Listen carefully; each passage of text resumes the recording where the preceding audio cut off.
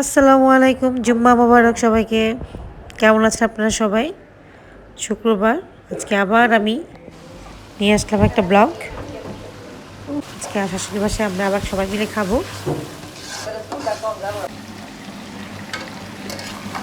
অনেক কিছু রান্না হচ্ছে, আমার যারা আমি সবাই মিলে রান্না করব, কিন্তু আজকে আমার ভাগ্যে ভর্তা বানানোর দায়িত্ব পড়েছে। আমি চিংড়ি আর বেগুনের ভর্তা বানাবো। এই তো আমি এগুলি ভেজে নিচ্ছি, সাথে শুকনো মরিচটাও টেনে নিলাম।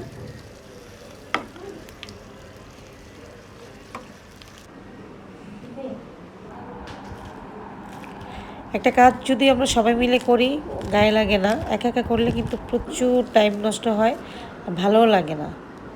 আর একসাথে সবাই মিলে খাবার যে কি মজা, যা দিয়েই খাই না কেন একসাথে খেলে খুব মজা লাগে। আমার শাশুড়ি খুব পছন্দ করে একসাথে সব বাচ্চাদের নিয়ে খেতে।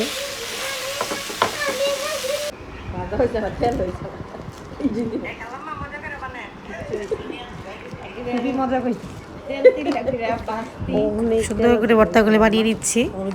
আমার যা দুষ্টামি করতেছে আমার সাথে, আমাকে খালা বলতেছে। যাই হোক, একসাথে থাকলে খুঁটিনাটি লাগালাগিও হয়, খুব হাসি ঠাট্টাও হয়, ভালোই লাগে থাকতে। একসাথে থাকার মজাই আলাদা। আলহামদুলিল্লাহ, খুব ভাগ্যবান আমরা যে আমরা একটা যৌথ ফ্যামিলির মধ্যে আছি।